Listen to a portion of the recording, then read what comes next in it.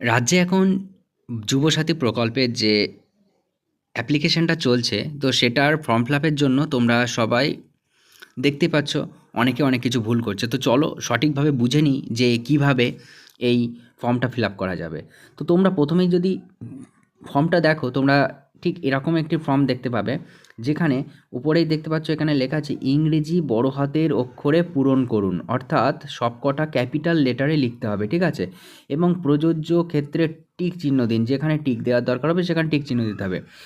একটা জিনিস সবাই কিন্তু ভুল করছে, যেখানে ফটো দেওয়ার কথা বলা আছে, ঠিক আছে, এই জায়গাটায় কি বলা আছে, কালার পাসপোর্ট সাইজ ফটো এখানে দিতে হবে। অ্যান্ড সাইন মানে তোমার সিগনেচার করতে হবে আপার হোয়াইট পোর্শন, অর্থাৎ আপার হোয়াইট পোর্শন বলতে ঠিক এই জায়গাটায় ছবিটা দিয়ে তার উপরে এই জায়গাটায় তোমার নিজেকে সাইন করতে বলা হচ্ছে হোয়াইট পোর্শনে, ঠিক আছে। তো এটাই কিন্তু বলা হচ্ছে। এবং তোমরা যদি নিচে চলে আসো, তোমরা প্রথমে দেখতে পাচ্ছ এখানে আছে দুয়ারে সরকার রেজিস্ট্রেশন নম্বর। তো দুয়ারে সরকার রেজিস্ট্রেশন নম্বরটা কিন্তু সেই ক্যাম্প থেকেই দিয়ে দেওয়া হবে, এই জায়গাটায় সেটা লিখতে হবে, সেটা ওখান থেকে তোমাদের জানিয়ে দেওয়া হবে।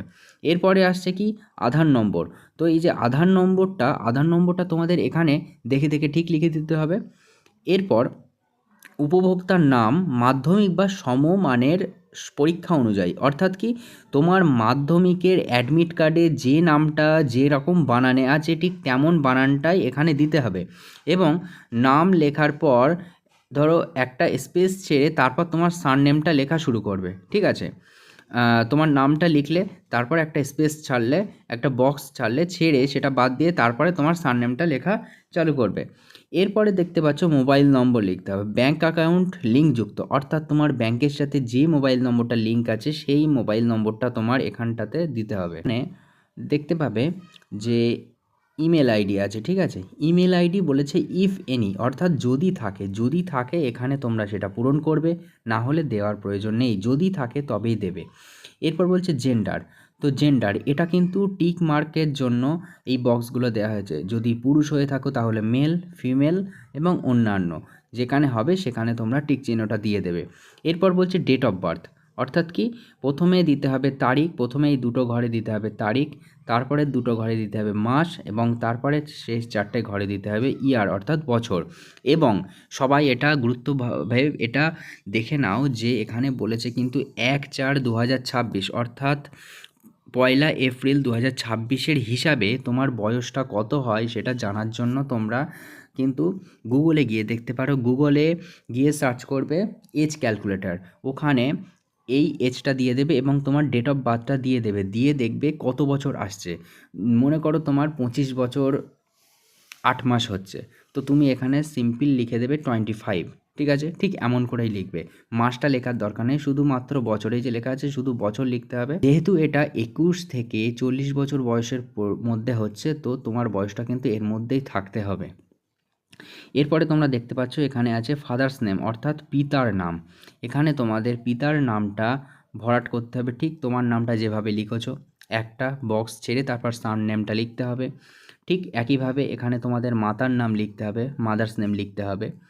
যদি স্বামী বা স্ত্রী থেকে থাকে তাহলে এই ঘরটাতে লিখতে হবে, ওকে। তারপরে চলো, এখানে বলেছে কোন কাস্টের, অর্থাৎ কোন ক্যাটাগরির থেকে তোমরা বিলং করো। এটা আছে প্রথমে দেখছো জেনারেল, ঠিক আছে।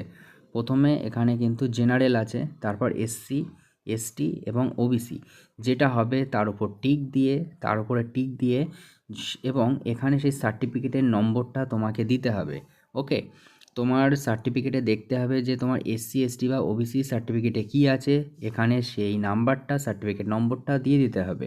এবং যদি জেনারেল ক্যাটাগরির হয়ে থাকো শুধুমাত্র টিক দিয়ে দাও, তোমার তো আর কোনো সার্টিফিকেট নেই, তো সার্টিফিকেট নম্বরটা দেওয়ারও দরকার নেই। এরপরে দেখছে ম্যারিটাল স্ট্যাটাস, চারটে আছে, আনম্যারিড, উইডো বা উইডোর, ম্যারিড আর সেপারেটেড। তো যেটা হবে আনম্যারিড হলে আনম্যারিডের ঘরে টিক দাও, ঠিক এভাবে টিক দিয়ে দিতে হবে।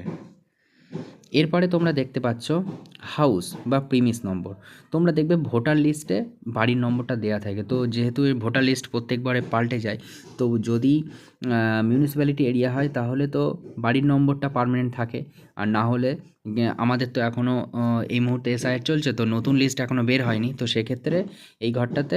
এরপরে তোমরা দেখতে পাচ্ছ এখানে আছে ভিলেজ বা টাউন বা সিটি। তোমরা যদি গ্রামে বাস করো তাহলে গ্রামের নাম লিখবে, এবং যদি শহর তো শহরের নাম এখানে লিখবে। এরপরে বলছে পোস্ট অফিস, অর্থাৎ ডাকঘরের নাম, পোস্ট অফিসের নামটা লিখবে। এরপর জিপি বা ওয়ার্ড নম্বর, অর্থাৎ গ্রামে বাস করলে গ্রাম পঞ্চায়েত, এবং মিউনিসিপ্যালিটি এরিয়াতে থাকলে ওয়ার্ড নম্বরটা এখানে দিয়ে দিতে হবে। এরপরে তোমরা দেখতে পাচ্ছ এখানে আছে ব্লক বা মিউনিসিপ্যালিটি বা কর্পোরেশন, যে এরিয়াতে হয়ে থাকবে সেই এরিয়ার নামটা তোমাকে লিখতে হবে। এরপর পুলিশ স্টেশন অর্থাৎ থানা এখানে লিখতে হবে, ডিস্ট্রিক্ট জেলা এখানে দিয়ে দেবে, পিনকোডটা লিখে দেবে, এবং সবশেষে আছে রাজ্য। রাজ্যটা তোমার লেখার দরকার নেই, এটা অটোমেটিক্যালি এখানে প্রিন্ট হয়ে থাকবে ওয়েস্ট বেঙ্গল।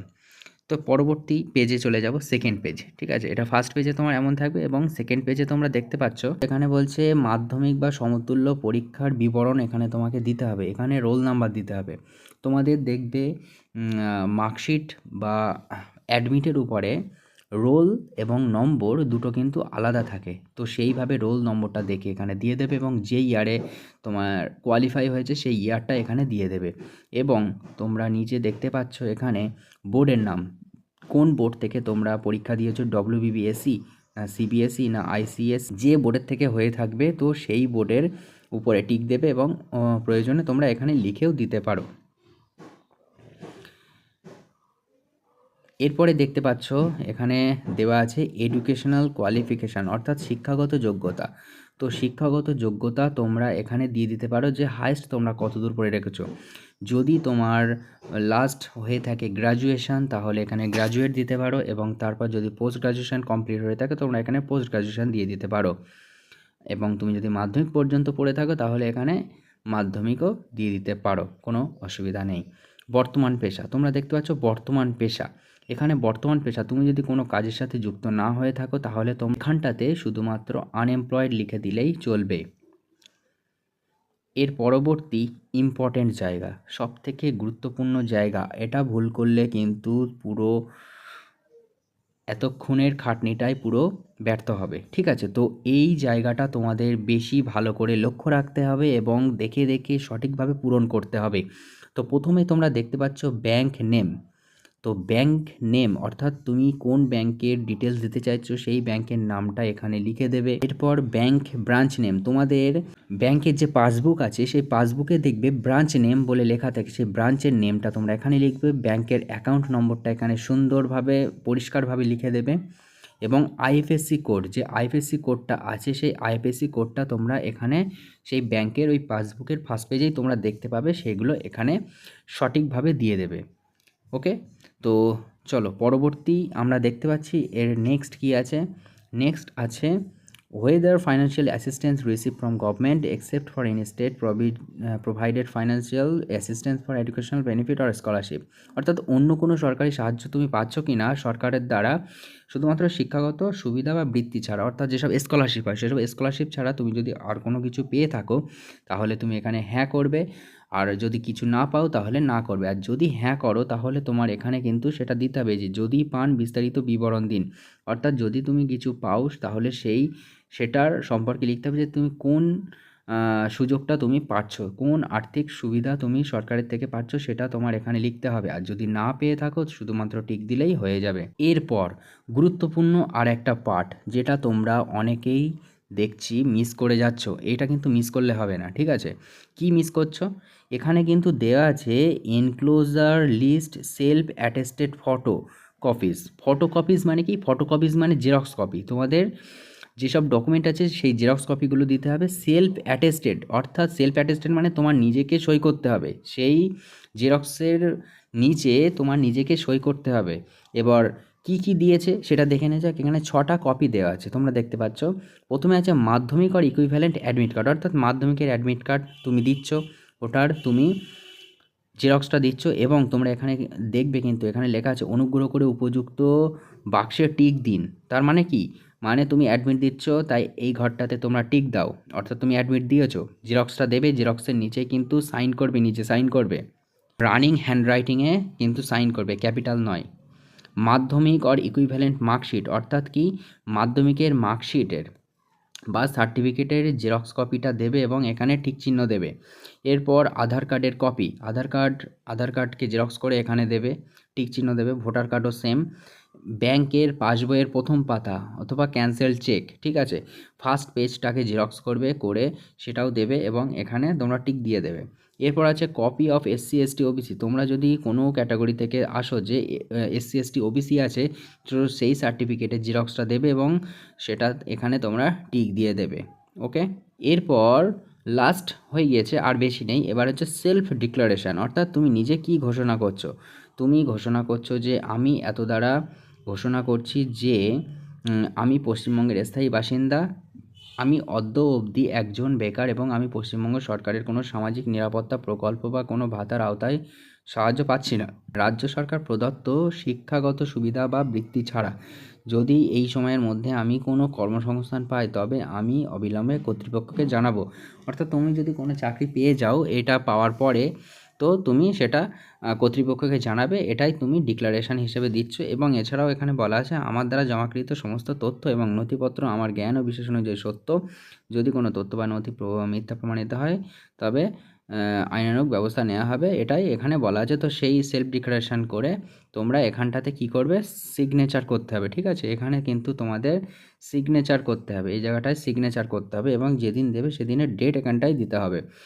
এবং নিচে আরেকটা পার্ট আছে, তোমরা দেখতে পাচ্ছ নিশ্চয়। এই পার্টটাতে তোমাদের ওই দুয়ারে সরকারের যে রেজিস্ট্রেশন, সেই ক্যাম্পে গেলেই এটা তোমাকে দিয়ে দেবে ওরা, এবং এটা ওদের কাজ, এটা করে দেবে। তোমাকে আর একটা জিনিস লিখে দিতে হবে এখানে, অর্থাৎ এখানে তোমার নেম আর একবার লিখতে হবে এই জায়গায়। এখানে সন, ডটার আর ওয়াইফ, তোমার সন বা ডটার হলে তুমি তোমার পিতার নাম লিখবে, আর যদি ওয়াইফ হও তোমার হাজব্যান্ডের নাম এখানে লিখতে হবে। অ্যাপ্লিকেশান অন, অর্থাৎ ডেট দিয়ে দিতে হবে যেদিন জমা দিচ্ছ, মোবাইল নাম্বার দেবে, আধার নম্বর দেবে, ব্যাস তোমার কাজ শেষ, এবার তুমি জমা দেবে, হয়ে যাবে। আরেকটা গুরুত্বপূর্ণ কথা হলো যে এই এই ফর্মটি কিন্তু তোমার ওই ক্যাম্প থেকেই দেয়া হবে, তোমাকে সঙ্গে করে নিয়ে যাওয়ার কিন্তু প্রয়োজন নেই। কারণ এই খবরটাই পাওয়া যাচ্ছে যে ক্যাম্প থেকে এই ফর্মটি কিন্তু দিয়ে দেওয়া হচ্ছে এবং ওখানেই তোমাকে লাইভটাই ফিল আপ করে সেখানেই জমা দিতে হচ্ছে।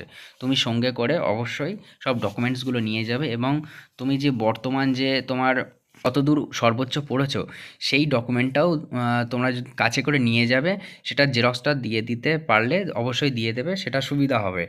এবং এটা তোমরা মাথায় রেখো, সেই হিসেবে সব কিছু দেখে জমা দিও এবং কোনো সমস্যা হলে অবশ্যই কমেন্ট করো। জয় হিন্দ, জয় ভারত।